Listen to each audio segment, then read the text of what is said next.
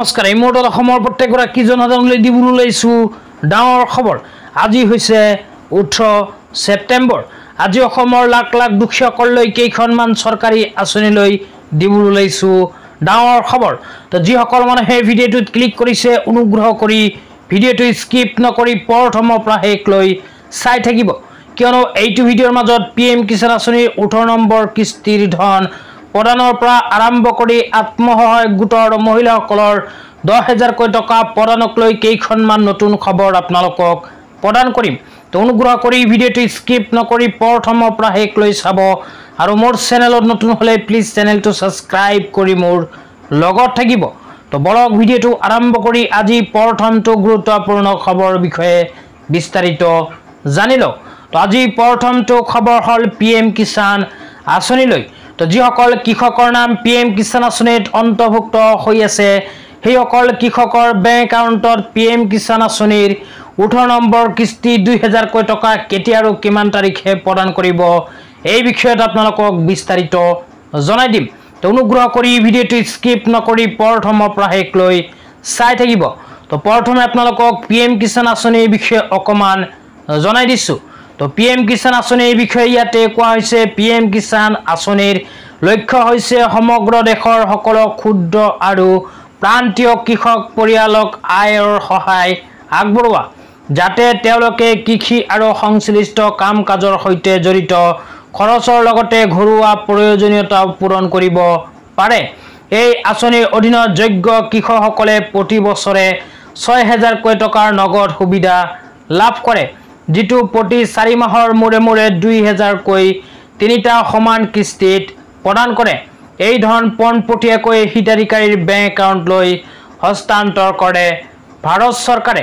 তো ইয়াতে কোৱা অনুযায়ী যিসকল কৃষকৰ নাম PM কিষাণ আঁচনিত অন্তৰ্ভুক্ত হৈ আছে সেইসকল কৃষকক ভাৰত চৰকাৰে প্ৰতি বছৰতেই 6,000কৈ টকা প্ৰদান কৰে, আৰু প্ৰতি 4 মাহৰ মূৰে মূৰে কৃষকসকলে লাভ কৰে নিজৰ বেংক একাউণ্টত 2,000কৈ টকা।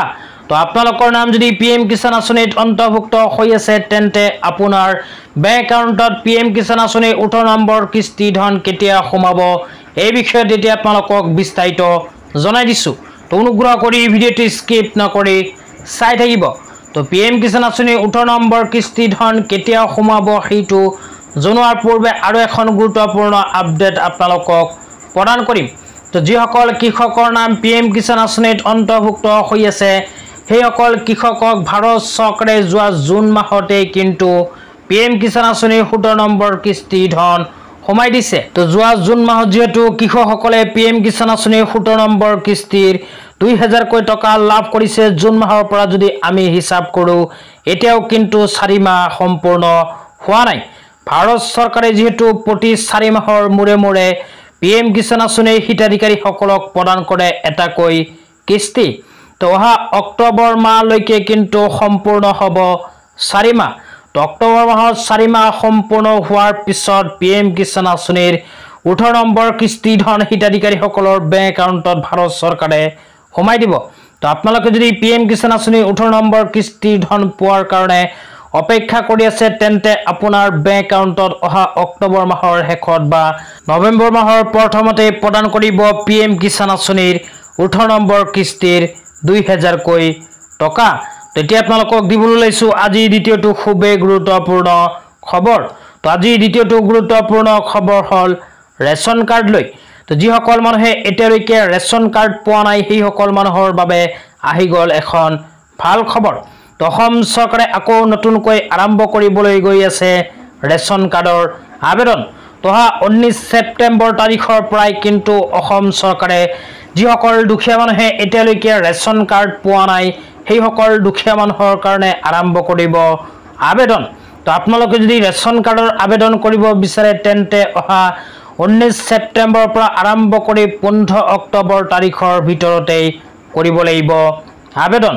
তো আবেদন কেনেকৈ কৰিব লাগিব আৰু ক'ত গৈ ফৰ্ম জমা দিব লাগিব, ফৰ্ম ক'ত পাব, এইবোৰৰ বিষয়ে যদি আপোনালোকে জানিব বিচাৰে তেন্তে এইটো ভিডিঅ'ৰ কমেণ্ট বক্সত কমেণ্ট কৰি জনাই দিব। লগতে আপোনালোকে ৰেচন কাৰ্ড আবেদন সম্পৰ্কে যদি সবিস্তাৰে জানিব বিচাৰে তেন্তে আপোনাৰ সংশ্লিষ্ট জিলা মহকুমা খাদ্য ৰাজহুৱা বিতৰণ আৰু গ্ৰাহক পৰিক্ৰমা বিভাগৰ কাৰ্যালয়ত গৈ যোগাযোগ কৰিব পাৰে।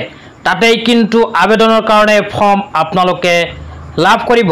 ইয়াৰ লগতে আপোনালোকক জনাই দিছোঁ যে যিসকল দুখীয়া মানুহে ৰেচন কাৰ্ডৰ কাৰণে আবেদন কৰিব বিচাৰে সেইসকল দুখীয়া মানুহৰ কি প্ৰমাণ পত্ৰ জমা দিব লাগিব।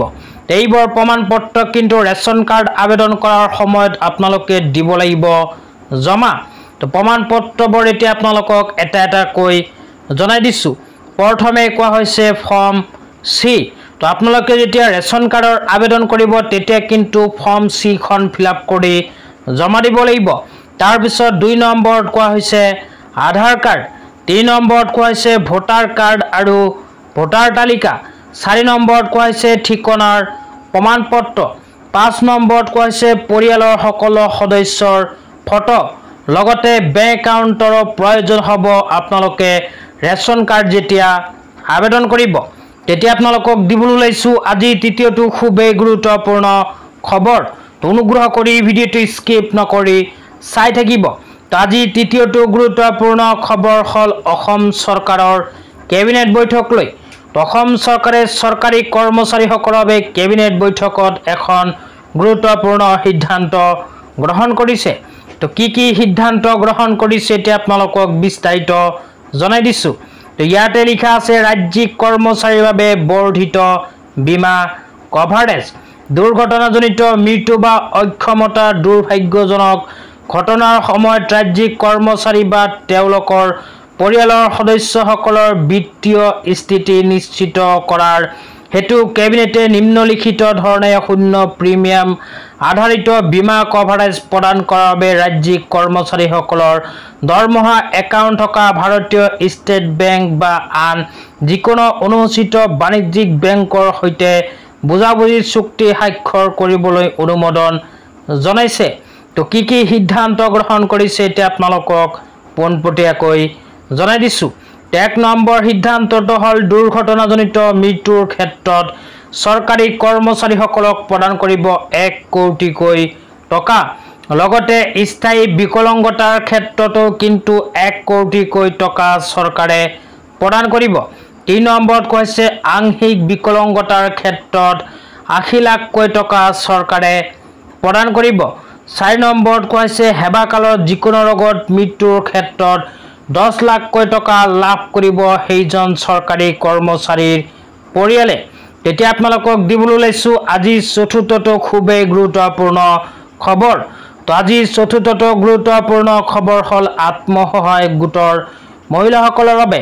তো যিসকল আত্মসহায়ক গোটৰ মহিলাসকলে 10,000কৈ টকা পোৱাৰ বাবে মুখ্যমন্ত্ৰী মহিলা উদ্যমিতা অভিযান আঁচনিৰ ফৰ্ম ফিল-আপ কৰি জমা দিছিল আৰু মুখ্যমন্ত্ৰী মহিলা উদ্যমিতা অভিযান আঁচনিৰ এলিজিবিলিটি ক্ৰাইটেৰিয়াৰ ভিতৰত পৰে সেইসকল আত্মসহায়ক গোটৰ মহিলাসকলৰ মোবাইলত ইতিমধ্যে আহি গৈছে ফৰ্ম ছাবমিটৰ SMS।